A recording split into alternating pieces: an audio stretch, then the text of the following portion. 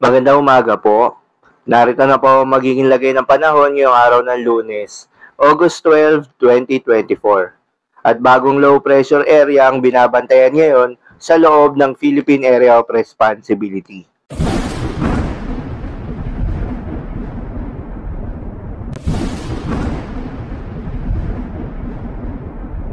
Sa kasalukuyan na tayo sa pag-asa, itong southwest monsoon o hanging habagat ay patuloy pa rin nakakaapekto sa malaking bahagi ng Luzon at western section ng Visayas. Kaya naman nasaan yung maulap na kalangitan na may kalat-kalat na mga pagulan na thunderstorms. Habang sa nalalabing bahagi ng ating bansa ay asahan naman yung bahagyang maulap hanggang sa maulap na kalangitan na may mataas na tsansa ng mga pagulan lalo na sa hapon o sa gabi. Samantala, isang low pressure area ang nabuo sa loob ng Philippine Area of Responsibility at huli itong namata ng pag-asa sa layong 850 kilometers east-northeast of extreme northern Luzon. Ayon sa pag-asa ay hindi inaalis ang posibilidad na maging isang ganap na bagyo ito dahil nasa karagatan.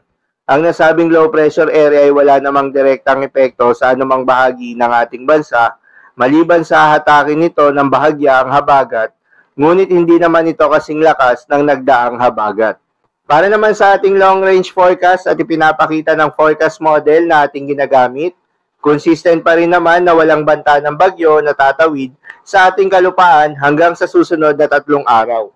Pero asahan pa rin yung epekto ng southwest monsoon na patuloy na hinahatak ng bagyo na nasa labas ng Philippine Area of Responsibility.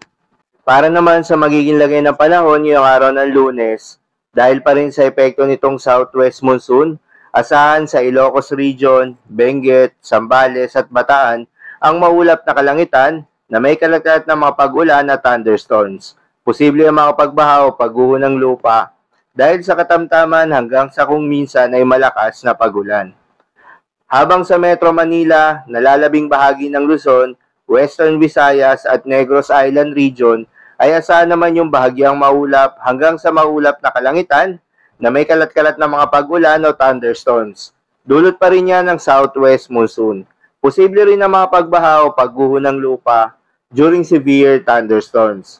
Sa nalalabing bahagi naman ng ating bansa ay asahan rin yung bahagyang maulap hanggang sa maulap na kalangitan na may kalat-kalat na mga pag-ulan o thunderstorms.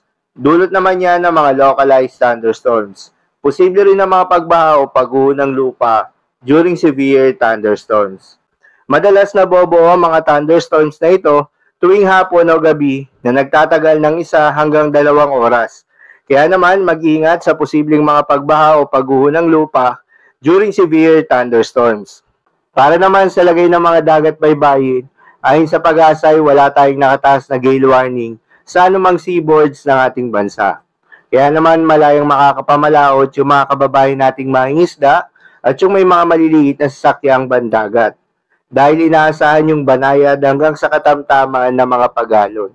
Ngunit iba yung pag-iingat pa rin, lalo na kung meron tayong offshore thunderstorms activity, asahan pa rin yung tsansa ng malalakas na hangin at kaakibat nito ang bahagyang pagtaas ng mga alon.